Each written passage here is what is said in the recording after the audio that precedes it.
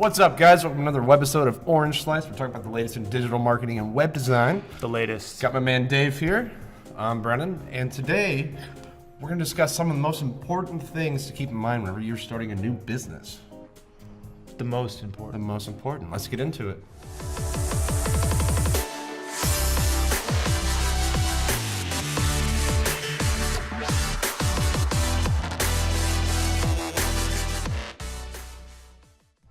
All right, Dave. So a lot of people have ideas for businesses, whether they're very straightforward and have done 100,000 times in the past, or they're brand new ideas. What are some of the things that these entrepreneurs should keep in mind from the early stages? Well, the first thing is to establish a lot of the ideas and the branding for the business. You don't want to go into it blind.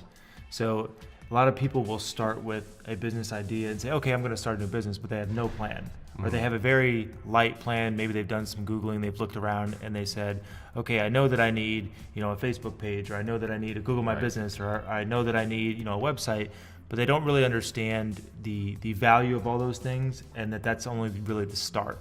So establishing the branding would probably be the first thing. And branding isn't just, I got my logo, right? So you have to have consistency across all platforms. You have to make sure that you're putting yourself in the platforms where people are going to be at, that are searching for whatever it is. And that differentiates between industries. Yeah, exactly. So for example, if it's B2B, chances are they're not going to be looking for you on Facebook. I mean, they may verify you through Facebook, but they're not going to go there and say, oh, he's got a Facebook page, must be legit. The big part of the branding is looking established, because even though that you're new, and that's fine, you don't want to look like you're brand new at doing this. You want to even if your business is new, you want to make sure that your concept for the business, that your planning for the business, that your execution for marketing the business does not look new. Right. Okay, so establishing the brand, that sounds easy, but it's not. It can be, depending upon who you hire and who you go with. Let's say that Self-plug, hire us. Let's say that I'm opening a bicycle shop. Somewhere in St. Louis. You like the bike shop. I do like the bike like shop. the bike. So, what's step one? Well, besides a logo, which everyone kind of jumps to. Well, look at what logo you're planning on using, or ask somebody to make sure that an agency that's going to be the logo you want to use. For example, if it's really long and horizontal, is that going to fit in a square box on Twitter? Or Twitter is actually a circle now. Or Facebook, or Google My Business, which is going to be a square. Right.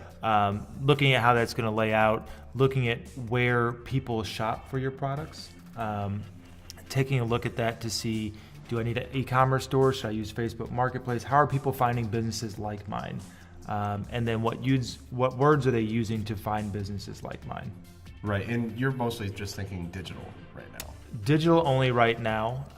There's definitely ways that, let's say you just storefront or whatever. Right. If you have a storefront, chances are that's going to be primarily local. So you might want to look into some direct mail, like, hey, we're here, right? Because people won't be looking for your services in that manner. So let's say for a lawn care company, right? If they come into a neighborhood, or let's say they establish a new, we're in St. Louis, and if they have one right down the street, wouldn't it make sense within 5 to 10 miles or whatever the service radius is to do a mailer saying, hey, we're here, here's what we offer, and for all new customers that sign up, here's $10 off your first grass cutting or maintenance or whatever. Right. And I imagine that, getting press and releases and stuff like that, that's a little out of scope for what we're talking about today, because we're focusing on the digital aspect. Correct.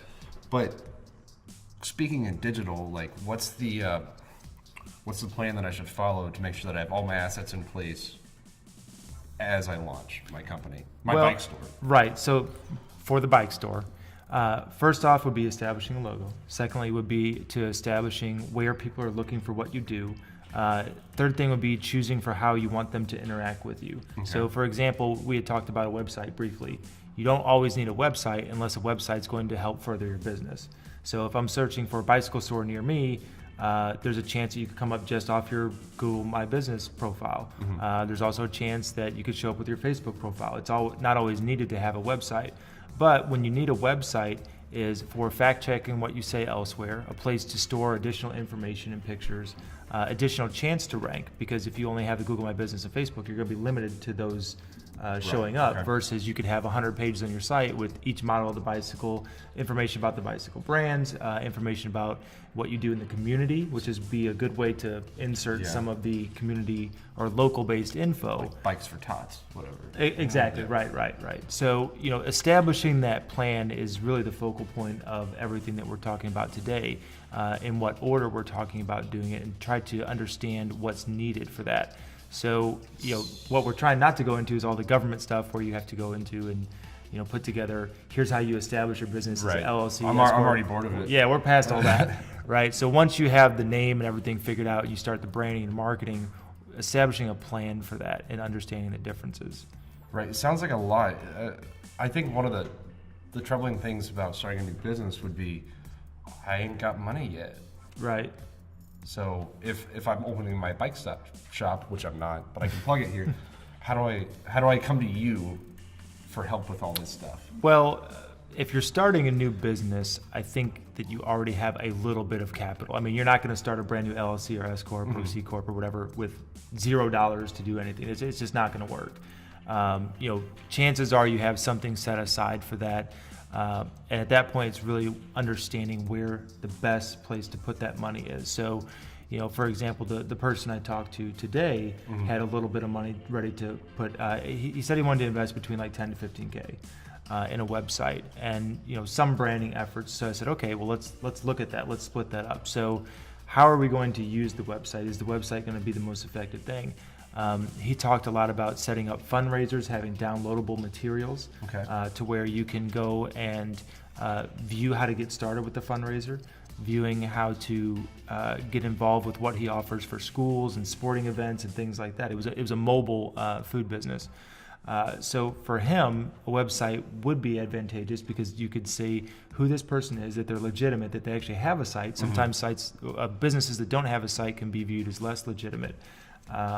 And he wanted people to learn a lot about the business, the backstory, and do that all in one place. And that's all preemptive branding almost. Well, he had some of the thoughts put together, but there was a few things that concern me about the direction he was trying to go. He initially wanted to put a ton of money into Facebook. I'm like, well, that's fine, but what if you're marketing an area because you are a mobile business? What if you're not in their area at that time? Right, then how are they going to find out when you're going to be in that? Or, Yeah. How are they going to find out when you're going to be in that area? Does that make sense? So I said, based upon the product that you're selling, it would make more sense for them to research what you sell and then learn about you and potentially buy things from the website. Right, and a mobile food truck, or however you described it, would be way different than like a divorce lawyer. Right. Absolutely. So, but the difference between him and like a traditional food truck is his was like ice cream or branded Italian ice. So in that instance, he could ship packages. He could ship cases of his product to a fundraising event, or he could ship it to someone that was having like a youth sporting event or something like that. Right. He doesn't always need to be there. And that was one of the things that we had to establish in the meeting was, how are you planning on getting the product to people? And we only talked about him having it shippable probably around an hour into the conversation. Once we started getting past that. Which is why we're having this conversation. Which is why we're having it right now. So that's definitely part of the branding is thinking ahead of time. How do I engage with my customers or clients? Right, and you had talked a little bit about budget. I mean, you have to have something to set aside to it. Even if you ran a very small series of ads on Facebook, that's going to cost something. And if your first one fails, you're going to need to try it again. You're going to need to try it again. You're going to need to try it again. And by that time, you could be a couple $100 into it, if not thousands, depending upon how big your service area is. With the website, you can have them built cheaply, but we've talked about that too, in the video, and we'll link that down in the description. How much should a website cost? Well, it depends.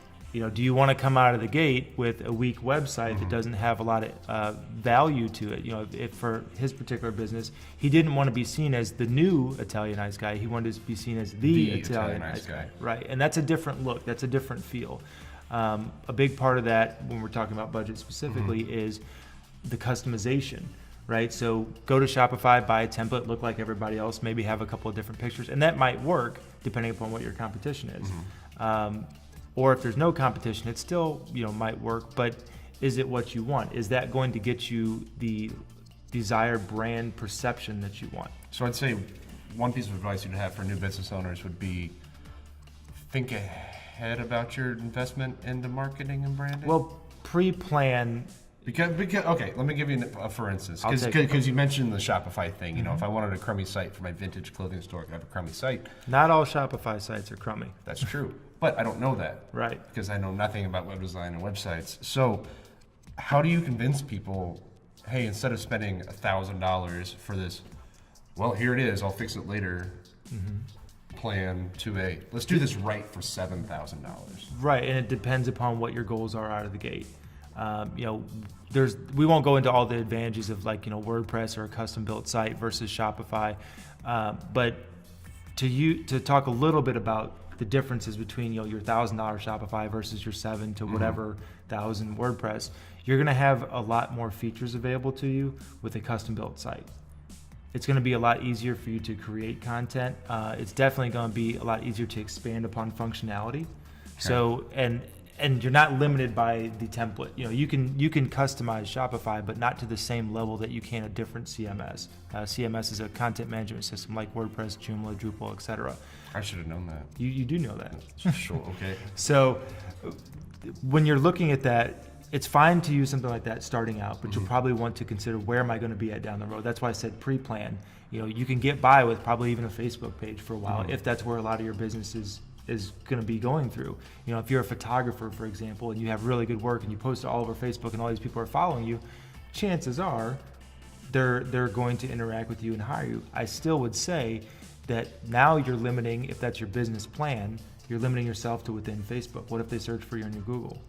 Right? What if there's a photographer that has a really powerful profile on Facebook that has, you know, 5,000 likes or whatever, people, a long history, that page might show up higher than you in either a Facebook search or a Google search.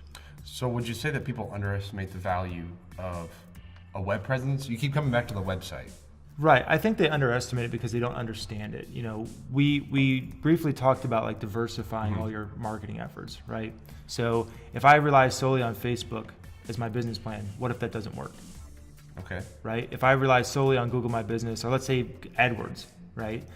You spend a bunch of money and that doesn't work. What I'm saying is pre-plan, have your branding set up, understand where your audience is, and your audience might not just be in one place.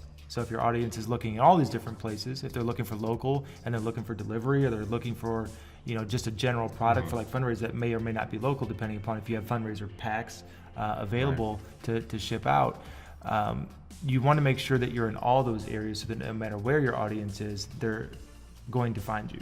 Right. Okay. So to wrap this up, I think what you're trying to get at is that Plan. A lot of entrepreneurs and new business owners, or incoming business owners, they think, all right, I got a logo and a domain name, and that's not enough. Well, while you were speaking, I'm sorry, I wasn't listening. But there was a point that I was thinking of that was really good, is the fastest way to probably get started after you plan and you think you have your structure outlined, go look at your competitor. Well, yeah, right? Or competitors, and see what have they done that's already made them successful. Now, here's my plan. Let me compare that to the plan that they made, and look for the successful ones. Don't look for the fledglings that are, you know, having a lot of problems, because you don't want to replicate those problems in your own. Now, what were you saying? Oh, you can't just have a logo and say, I'm going to start a business. You can. You probably just won't get business. Right. Especially in today's age, whenever, you know, more and more people are finding stuff via search and their phones and whatnot. So search is king. It still matters. All right, guys. Well, there we have it. It matters. Thanks again for tuning in to Orange Slice. I'm Brennan. I'm Dave. And we'll catch you next time. Next time.